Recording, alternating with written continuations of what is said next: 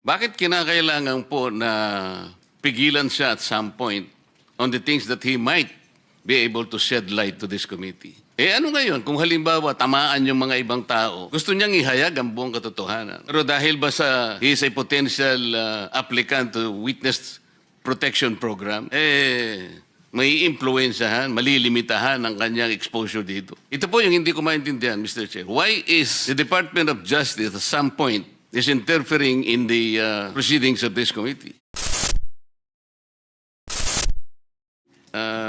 First of all, Mr. Chair, I want to know if the Prosecutor General was invited in this meeting. May I respond, sir? Yes, PG Padula. I did not receive any personal invitation, Mr. Chair, but I was directed by the Secretary of Justice to appear in today's hearing to represent him, sir. That is my problem, Mr. Chair. Ito po, nalilimitahan yung kakayahan ng committee ito na magpahayag ang mga respondents. Katulad nung tinatanong ni Senator Kiko, at yun gusto kong maitanong, bakit kinakailangan po na pigilan siya at some point on the things that he might be able to shed light to this committee? Ano ngayon kung halimbawa tamaan yung mga ibang tao, sapagkat ito naman ay pagsasalaysay ng kanyang buong nalalaman? Ang totoo niyan, indicative na sa mga ibang pinagsasabi niya rito na gusto niya talaga. Gusto niyang ihayag ang buong katotohanan. Pero dahil ba he is a potential applicant to witness protection program, may influensyahan, malilimitahan ang kanyang exposure dito. Ito po yung hindi ko maintindihan, Mr. Chair. Why is the Department of Justice at some point is interfering in the proceedings of this committee? This is something that we should probably process. Kung ganun pala yun, hindi malayang supplemental affidavit ito. This is questionable to the very least. Ang sabi mo rito, Engineer Bernardo, statements of facts applicable to all. Sa Tagalog, pagsasalaysay na applicable sa lahat. Tama. Hindi kita narinig. Sorry po, Mr. Chair. Yes po, Mr. Chair. Okay. Kung ito'y pagsasalaysay ng applicable sa lahat, katulad ng binabanggit mo sa paragraph 9, I can confirm based on my personal knowledge that in some form or another, on various extents, most proponents have their own designated contractors who will take on the projects for the former's benefit and advantage. Sometimes other proponents would request me to suggest contractors for them who are known to me or referred to me by friends and other personalities. These are situations that national and local elected politicians would request me to source projects for them. Di dapat ihayag mo rin lahat. The problem is, there is a prosecutor general who is not very interested in prosecuting people. He's very selective, Mr. Chair. This is something that is objectionable. May I be allowed to respond, Mr. Chair? You may respond. Thank you, Mr. Chair. I take exception to the observation of the good senator that the Department of Justice is interfering in the investigation being conducted by the committee. In fact, Mr. Chair, whatever limitations there are to the testimonies of this witness who is present here is not something which is being dictated by the Department of Justice, but by law that is covered by Republic Act 6981, particularly Section 7 thereof. It is not our intention to restrict his testimony, as in fact, For he our said, education, kindly tell us what Section 7 is about. yes, Mr. Chair. Section 7 of RA 6981 clearly states confidentiality of proceedings. All proceedings involving application for admission into the program and the action taken thereon shall be confidential in nature.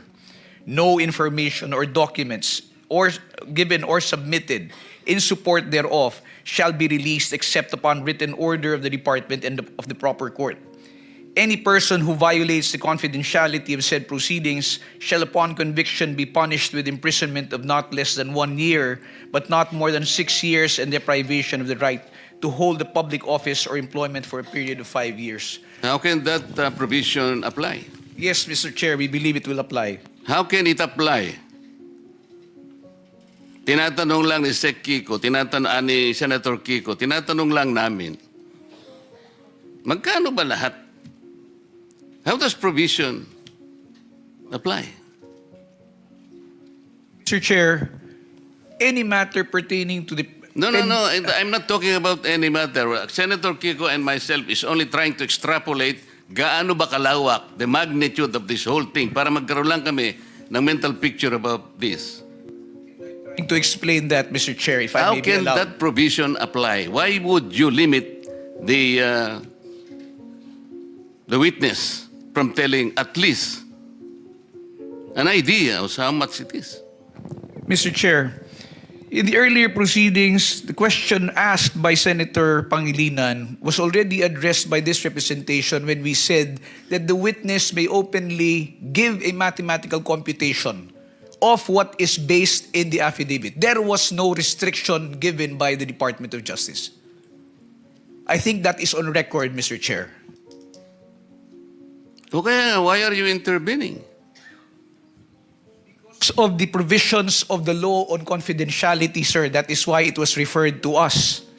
It was referred to us by the witness because he has The a matter of memorandum of giving us an agreement. estimate is a confidential matter? No, precisely, Mr. Chair. That is the reason why we had already acceded to the request of Senator Pangilinan. Mr. Chair, With the permission of Senator Just a Marcoleta. point of information for our colleagues. Yes, actually, I precisely pointed out that it's already a public document that was submitted to us, and all that Mr. Bernardo would do is to make a mathematical computation of, or an estimate, diba? A ballpark figure of the amounts that may have been, total amounts that may have been involved, based solely, no, and within the confines of the affidavit, and therefore I was satisfied. But yes, and the DOJ said they will submit. They have allowed, or they will be submitting, or they have agreed that Mr. Bernardo, their witness, will be submitting and address my request. may I continue, Mr. Chair?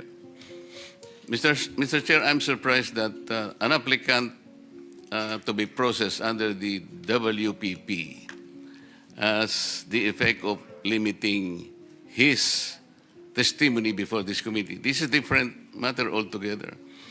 Mr. Bernardo is being presented here. I think he was invited to shed light to the matters investigated in this committee. Whatever his use as a potential state witness, that is for the Department of the Justice to decide. Hindi dapat mag-conflict itong dalawang ito eh. Iyon lamang ang point doon, Mr. Chair. Parang ang nangyayari with the presence of the Prosecutor General here, parang nalilimita yung gusto naming malaman dito. Lahat ng itatanong namin, kinakailangan i-refer sa kanya. O parang ikaw ang director dito, hindi yung chairman. Ito yung parang inconsistent na nakikita ko. Let me continue, Mr. Chair.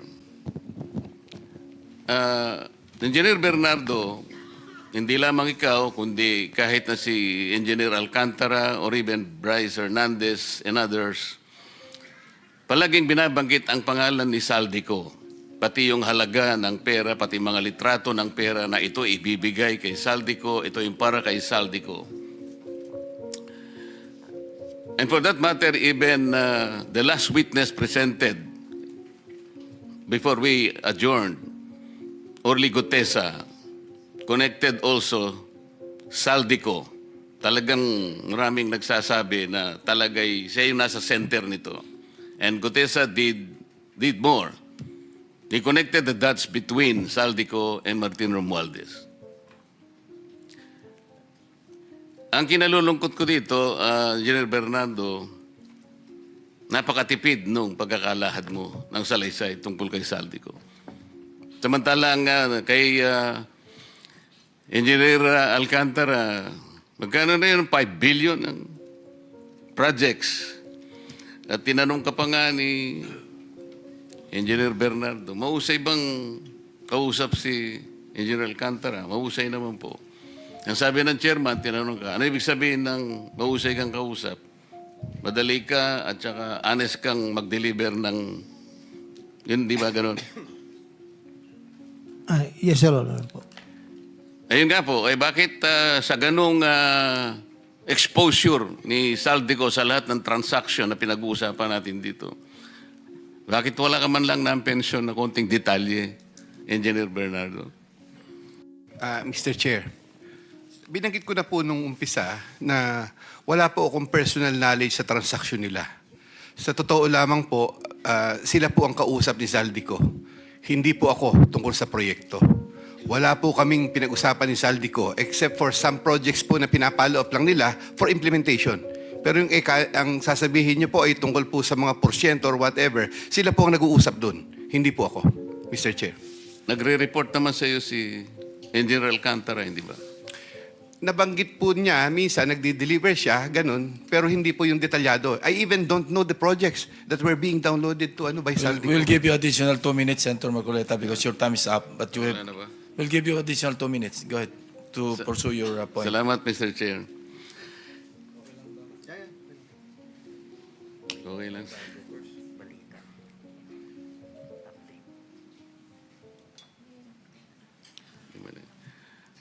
Engineer Bernardo, tungkol dun sa pagkakaiba ng mga coordinates dahil sa kaya nagkaroon ng konting problema. Yung sinubmit ni Yusek Cabral sa Pangulo na naging basihan ng sumbong sa Pangulo was based on MYPS application. Tama ba yun? Mr. Chair, as far as I can recall, meron pong MYPS na balita ko po noon. Yun po yung... Mr. Chair, may I remind the Honorable Committee that during the time that there was a submission of those reports, I was no longer active in the DPWH because I was then on leave before the submission, I think, or retired na po ako after that. So, hindi ko po masyadong but I have talked to my people doon po dati na nalaman ko po na MIPS po ang kanyang sinubmit sa Pangulo, doon po sa sumbong sa Pangulo. Yun lamang po ang binanggit sa akin. So, na-validate mo rin naman na-validate mo naman na base sa pagtatanong mo sa mga dati mong kasama sa DPWH nang talagang na-submit niyang application sa opisina ng Pangulo ay yung MYPS. Yun po ang sinabi nila, Mr. Chair. At ang totoo, dapat na isinabit niya yung MPCA. Ano yun? PCMA, but PCMA, na ito yung, kung tutuusin mo, ito yung mas accurate sana. with the Survey 123 coordinates po. Yes, yung Survey 123, kapag sinama mo sa MPCA, mas lalong katanggap-tanggap yung magiging coordinates ng bawat project. Tama? Ayun po, as far as I know, yes, Mr. Chair, yun po yun. Yung allocable na binabanggit kanina, na talaga namang yun, pang-alok talaga yun. Ito'y inamin. Alam ito ni Engineer Alcantara, nung tinatanong ko si former Secretary Bunoan, katabi pa niya si Yusek Cabral, inamin nila yung allocable ay inaalok talaga sa mga congressmen kasi doon nagsisimula yung deliberation. At noon ay sinabi nga na yung allocable ay nasa 350 billion kagad yun, given the number of the members of the House of Representatives. Over and above that, papasok yung leadership na another 100 billion. Kaya yun lang, 450 na. Pagpasok ng unprogrammed, another 150 billion. At katapos-tapusan nito, ito na yung bicameral na another 400 billion pesos. Doon na kwenta, doon sa pag-uusap na yon, Mr. Chair, na ang talagang nadadagdag pala sa original ceiling ng NEP ay at least 1 trillion pesos. Engineer Alcantara, nandun ka nung tinatanong ko ito at na-establish natin ang bahaging ito. Tama ba? Yes, Your Honor po. Salamat po, Mr. Chair.